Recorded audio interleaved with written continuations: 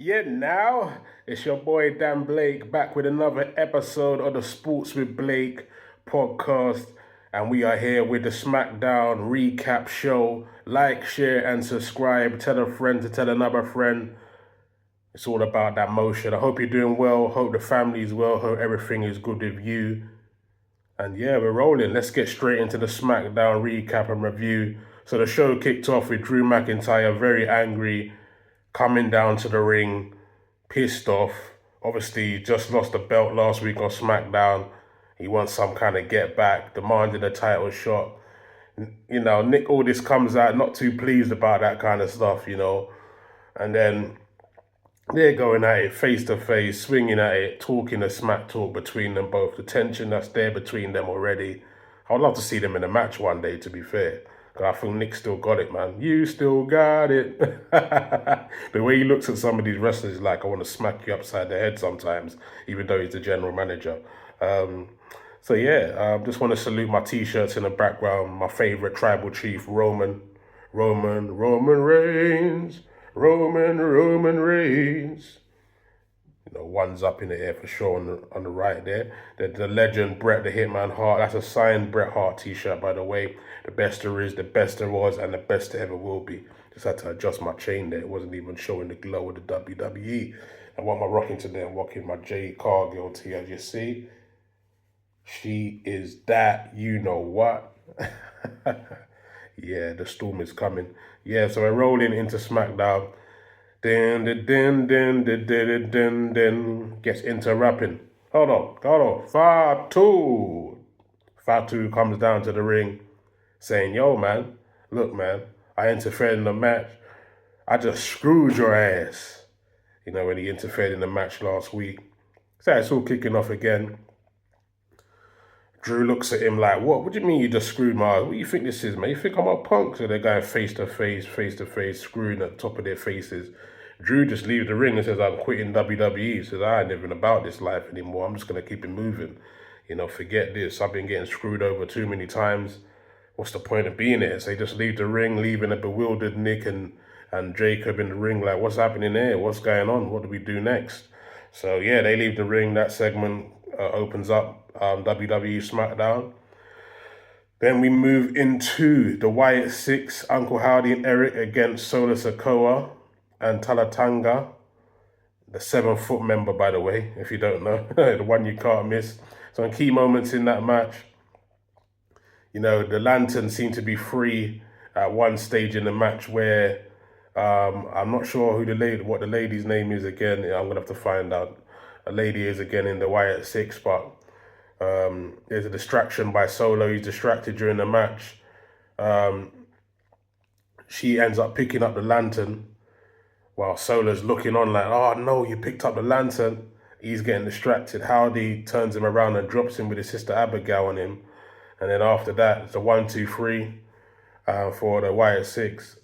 But the girl, she should have really the girl from, the woman, sorry, from Wyatt Six, she really should have just ran away with the lantern and not stayed not just stayed there smiling from the top of her cheeks like she got it back. Oh, I'm so happy. Da, da, da, da. I was saying, I know everybody and not just me probably were thinking, just run, just go now, take the lantern and go up the ramp and go about your business. Me, I would have took that lantern, got an Uber and just straight out of there. I'll link the guys later. I say, Wyatt Six, I'll link you guys later at the hotel. We got the lantern back. Power's back. But no, she wanted to give the lantern to Uncle Howdy after he got the 1-2-3 in the ring. Then he was attacked, but obviously then, boom, lights go out. He's excited. He's got the lantern back in his hand. He's feeling the spirits. Ooh, he's feeling the power again. He's feeling good. But then, boom, from behind, another member of the NFTs comes, clips him down, takes the lantern back. NFTs make a run for it, and they're back with a lantern. Let's see where that's gonna go. It's just happened a good couple times now where the Wyatt Six have got the lantern back, but then it just seems to somehow get back into the grips of the NFTs. So they really got to watch that because they got to take it and go. They can't be hesitating, man. So that's one of them because the NFTs keep doing the hit and run vibes and winning it back. So yeah, some good performance in that match by Talatanga. I was very impressed by him. You know, his physical size is a big athlete, big wrestler. He showed a lot of power, good pacing in the match, also dominant moves. Got cruiserweight energy for such a big man who's 7 foot, so he moves around very well. Big him up, man. Time to time, I'd like to see more one-on-one action with him from a big man, and I'd love to see him hopefully involved inside the Mania picture some way. But yeah, that lantern, it needs to return somehow. So maybe they're going to keep building this feud to WrestleMania. Let's see what happens there. Who knows? But it's been a good feud. It's been going on for a while, this feud between the guys there. And hope it will continue with a good storyline. And, you know, it makes sense for a Mania match. It will be a big match at Mania between them. But I guess I feel like they need to make it some kind of winner-takes-all match or something, stipulation somewhere or sort, you know? Yeah, then Fatu and Trick Williams had a little backstage confrontation next. You know, Fatu's complaining to Nick about, yo, man, you know, my man Drew just quit on me in the ring. Like, what am I supposed to do next? Like, he just left us. He just quit. He just gone about his business. Like, what am I supposed to do now? Now that he's gone, what am I gonna do now? But then, Mr. Trick, really, Mr. 250, Mr. Whoop That Trick 100, Mr. yeah, Mr. Ooh Wee, Mr. Lemon Pepper Steppers walks into the segment and he's like, yo, man. Like, what do you think this is, bro? Like, you know, because I think Fatu must have says, yo, I want to whoop that trick. I want to whoop that Drew McIntyre. But then he's going, no, that's my slogan. You can't be trying to take my slogan right now. So obviously that's pissed off Jacob Fatu. So Fatu's like sizing them up. They're face to face now. Eyeball for eyeball, like, you know, face to face. So yeah, then before you know it, there's a match being made. And, you know, Trick Williams is like, there's only one person whooping that, and that's going to be me. He's like, yo, go get your own material, go get your own words and lyrics. And he's going like, and then Fatu's like, nah, man, like, it's going to be a great job to whoop that Trick tonight. So he's like, yeah, let's have it one-on-one. So let's have it right. So the one-on-one is issued. They're going to be firing later on in the night. And we'll tell you how that goes a bit later in the recap. Yeah, so then we move into the women's division. We had a big match with Jade Cargill versus Meechin, which was good to see. You can see Jade on the t-shirt. Big fan of what Jade is doing, the current champ, you know. Storm is coming and all that. So yeah, Jade, great moment in the match where Jade power-bombed. By the way, it was a non-title match, just so you know. They've had a little rivalry between them. Jade must have put Meechin out of action when they was doing like the little holiday tour thing. So she was injured, so Meechin been wanting to get her revenge, always behind the scenes, nearly attacking Jade with a kendo stick, but, you know, what's her name? B-Fab's been like, you know, making sure she don't get back just yet. She's always been saying, B-Fab, let's wait for the match to get it done, you know what I mean? So, boom. They get into the match, key moments, Jade power bombs Meechin outside the ring, which was pretty epic, into the security barrier. Mash up her back, dashes her into the ring, and start licking her face. That was very interesting. And gives her a choke slam, and then finishes her with Jaded, her finisher maneuver, which is very explosive. Good win from Jade Cargill. Meechin looking good, you know. It's good to see her in a longer match that didn't last like 2 minutes or something like that. So it's good to see them having a bit of back and forth. Meechin hitting her with some good moves, giving Jade a run for her money, not letting Jade, making sure Jade breaks a couple of sweats and is not, you know, just cruising through the match. Yeah, Jade took a little beating in sections of the match as well. So good competitive match and rivalry there. I think Jade, you know, Jade picks up the mic after that win and wants to talk a bit of smack. Say, yo, I walk the halls of this locker room. I love that line. I walk around, nobody want to say shit. She's like, everybody quiet when I walk out the halls of the locker room. The Jay's talking about that, talking her talk, you know, and she gets interrupted by Rhea Ripley herself, who kind of was unannounced. No one knew she was even in the building. So she comes out, so they're facing off face to face. Face to face, they're about to go at it, headed off, toe to toe. Interruptions are kicking off between Rhea Ripley and Jade. They're coming face to face again in the ring. But then Jay just runs away. Jay just jumps out of the ring like, yo, I don't want this smoke right now, you know. She does like, I don't want this smoke right now. She's just like, nah, I'm not on it. So then what do we do now then? So it's like, it hits a stage where, Rhea's just in the ring bewildered, like, come on, I want this smoke. Let's do it right now. That doesn't kind of end up happening. And everybody just want to see them fight. So just talk, talk, talk.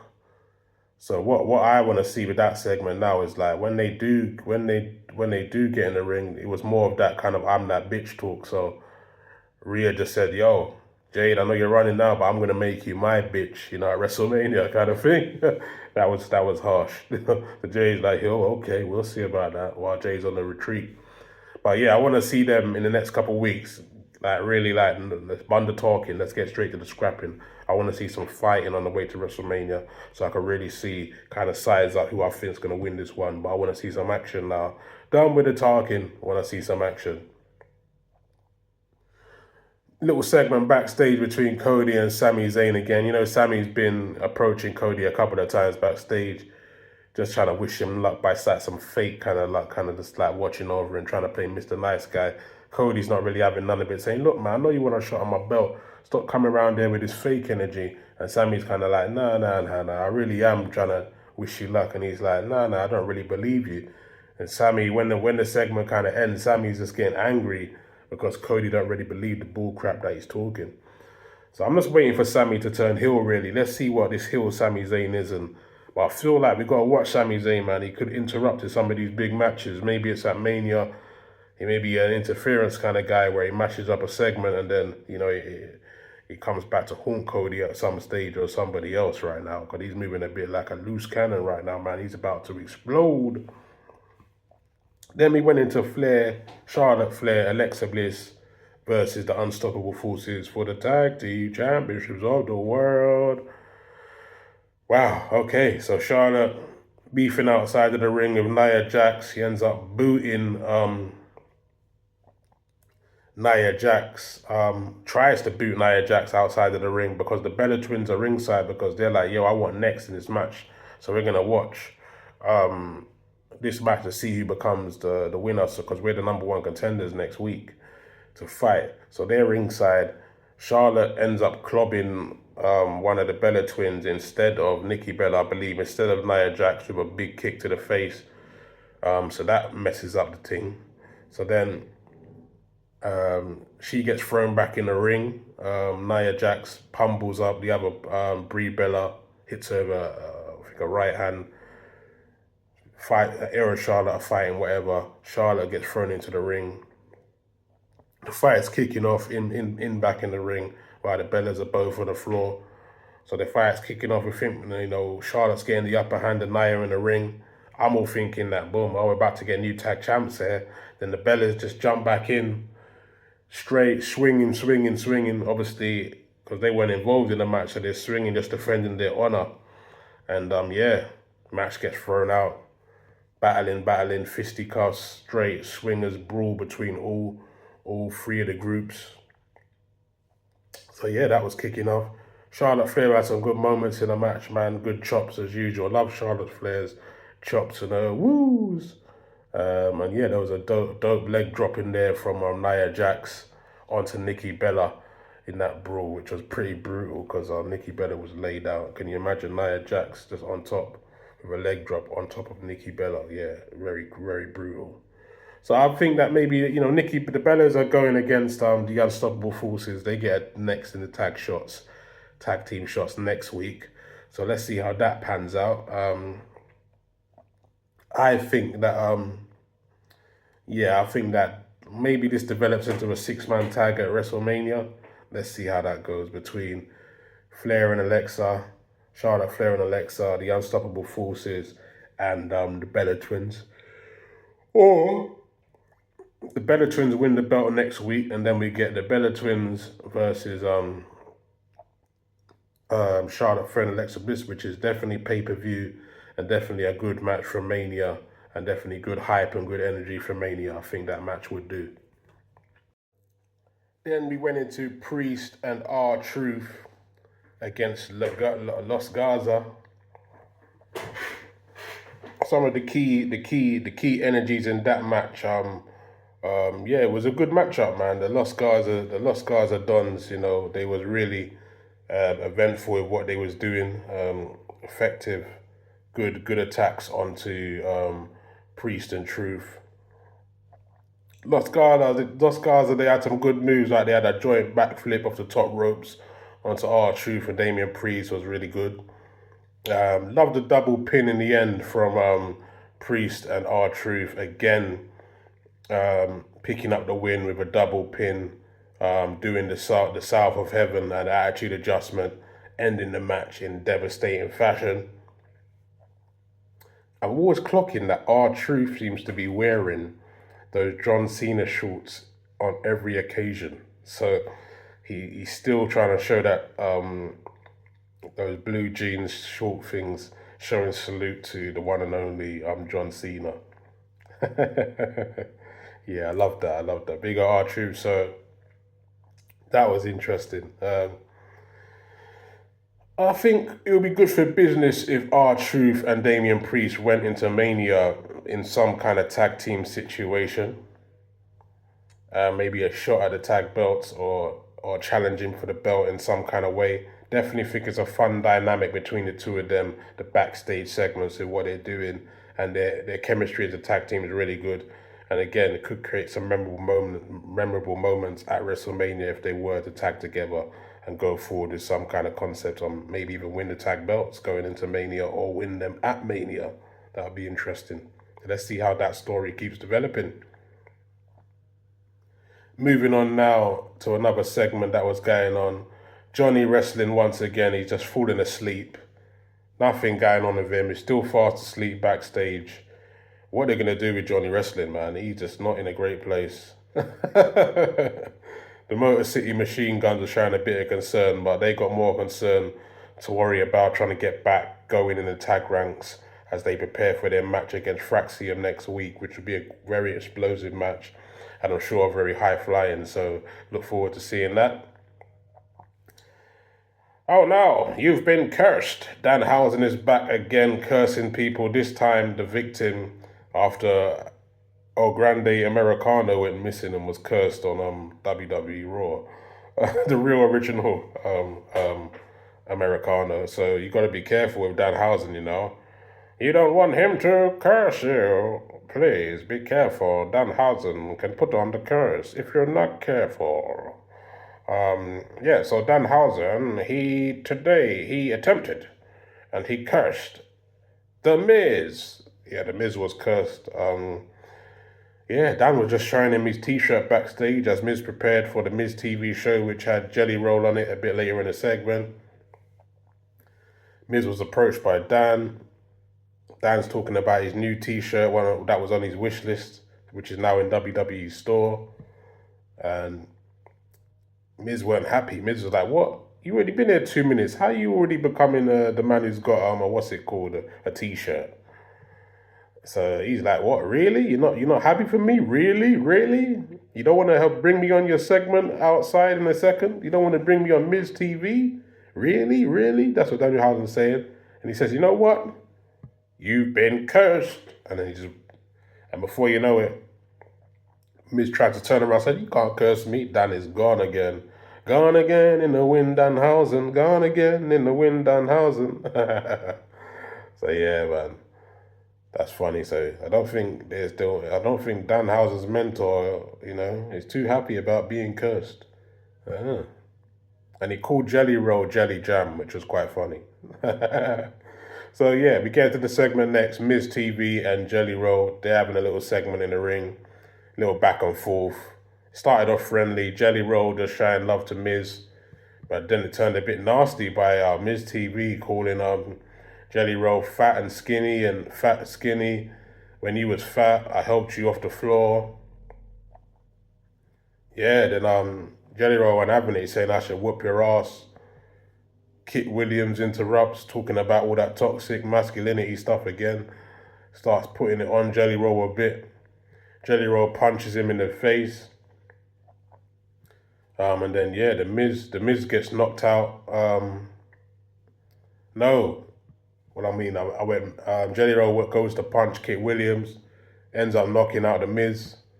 Kit Williams jumps out the ring, and then yeah, that's it. Sayonara. So, but I believe Kit Williams is requesting a match, so that kicks off next week between Jelly Roll and Kit Williams. So there's some toxic stuff going on there. Yeah, that's an interesting one. Let's see how that pans out between those three. Oh yeah, it's a good angle though. I like to see it. It's fun. It's a good match for Jelly Roll. I guess Jelly Roll's going to be in the WrestleMania picture, so let's see what happens there with Jelly Roll wrestling at Mania, getting some more ring miles. And Jelly Roll was very convincing, man. You know, his punch that knocked out the Miz was a serious punch, man. He sold it really well. It looked like a very real punch. So well done to Jelly Roll. Very good selling there, and a great sell by the Miz, of course. He's going to sell well because he's just a legend in the game, isn't he? Yeah. Then out came the one and only Tiffy time. What time is it? It's Tiffy time. Yeah, now. So yeah, she was doing a backstage segment, Tiffy time. Chelsea Green was there just chilling in the back, minding her own business. Or not actually, she was trying to get the attention of Tiffy time. But then Tiffy was like, yo, I'm talking here, I'm in this segment. She puts it on Chelsea Green. Alba Fire, I don't know where she is. Chelsea Green's in a wheelchair, man. You have to remember this, yeah. So Tiffy just grabbed her wheelchair and just dashed her down the road, like, and Chelsea's like, ah, but it's too late. Tiffany goes back to her segment, and then everything just carries on as normal, which was a bit mad. Then she goes out to have a match with Kiana James. Excuse me. Yeah, it's a good match between them. You know, Kiana comes out with Kiana James comes out with Julia, of course. A segment kicks off.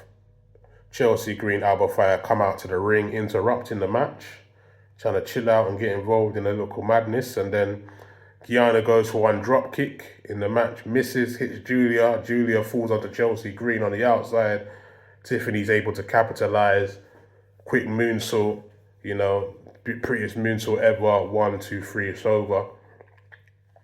Tiffany's looking in great shape as well, though. I don't know if people saw her pictures on Instagram, man. Incredible shape. She inspired me to go to the gym more, try to get these muscles going a bit more, go for a run, you know what I mean? Do a bit of cardio today. I think I'm going to do a 5K today.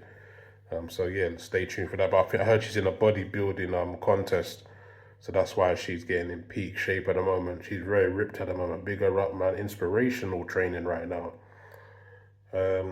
So what I think, yeah, I feel that with that angle of Tiffy kind of fighting them, I think Tiffy looks at trying to go for a US title shot. I think it makes sense. Tiffy as a US champion actually makes a lot of sense. And maybe she has a long run there or has a feud with Chelsea Green. I'd love to see them two have a little feud in the future. Yeah, they're moving on, man. We get to the big match between Trick Williams and Jacob Fatu. It's a big match. Great energy between the both of them. It's a good fight, good moves back and forth, good banter. That segment earlier on set it up. I was quite surprised because I didn't expect to see that kind of match that early in the career of Trick Williams, Mr. 250, Mr. Let's Talk About It, Mr. Lemon Pepper Steppers, Mr. Whoop That Trick, 0800 749. Oh wait, Mr. Whoop That Trick, +44 UK time. Yeah, so interesting stuff there. So they go to war. There's a screw faces in between them in the ring. As I said, good match, good back and forth, but then it ends with an interference in a key moment when Drew McIntyre interferes in the match, attacks Jacob, bangs his head into the steel ring post behind the ref's back while Trick Williams is having a little beef with the ref. Trick Williams drops trick shot on Jacob Fatu after the interference from Drew McIntyre. 1, 2, 3 for Trick Williams, picks out the victory. Gives him 2 trick shots to secure it, by the way. Cheating again, interference again by Drew McIntyre, who we thought, remember in the night, we thought Drew McIntyre had left the WWE, but obviously he hadn't left, it was a trick. And then, yeah, that's what happened. But because of that now, Nick Aldis came out and said, yo, all right, you're about to go one-on-one for that action. Now you haven't retired against Jacob Fatu next week on SmackDown. So, yeah, let's see how that plays out. I thought that was going to be a Mania match, but possibly, but I thought I'm going to stick to my guns. I still feel there could be some kind of fatal four energy maybe, but I doubt it. But maybe we'll probably get with Randy joining in with Cody, but after what I'm going to tell you later on, you may have seen it already, I don't think that's going to happen now. I think we're going to get Jacob and Drew, but I thought it's going to be a stipulation match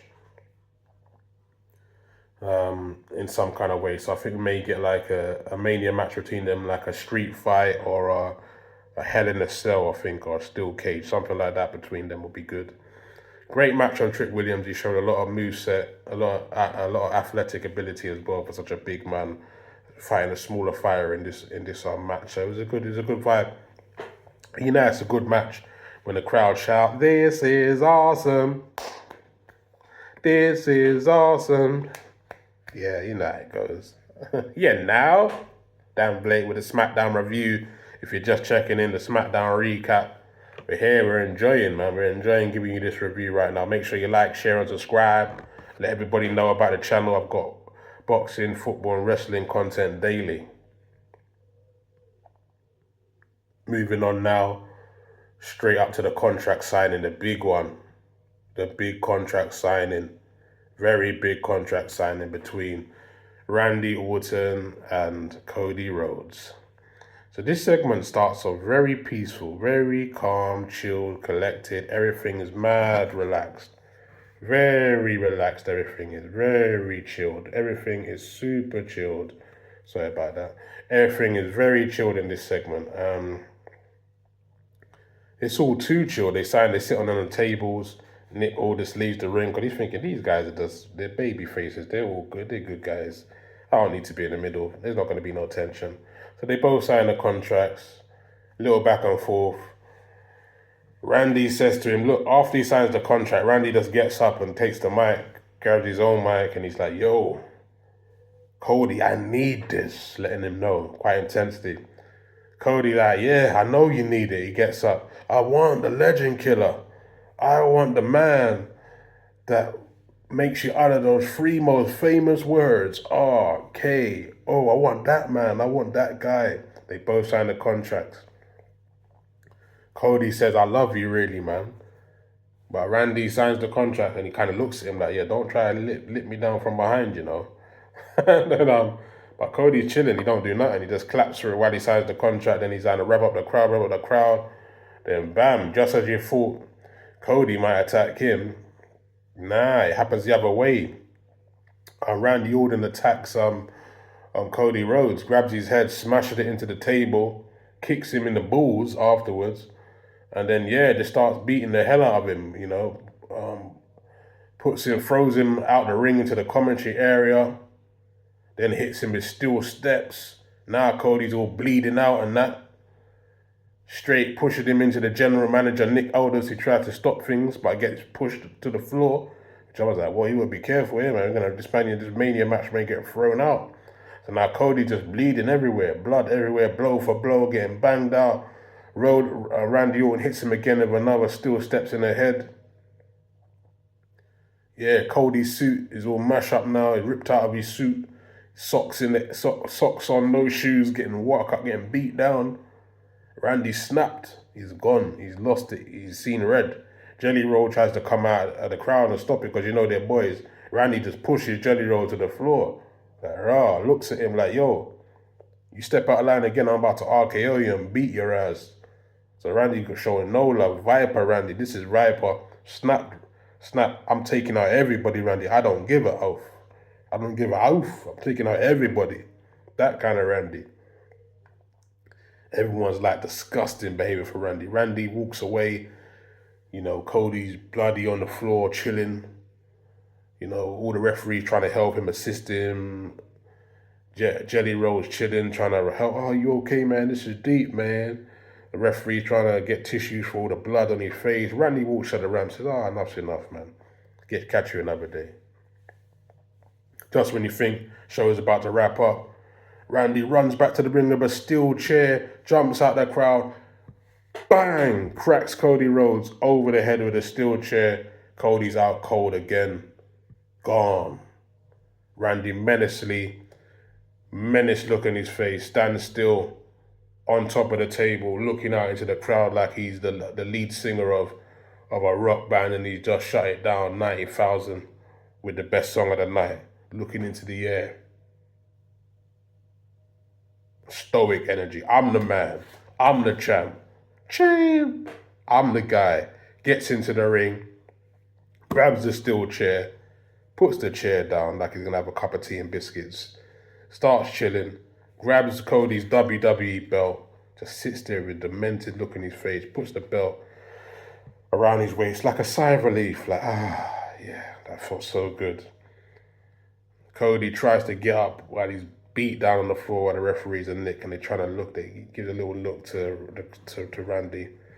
And yes, that's the end of SmackDown.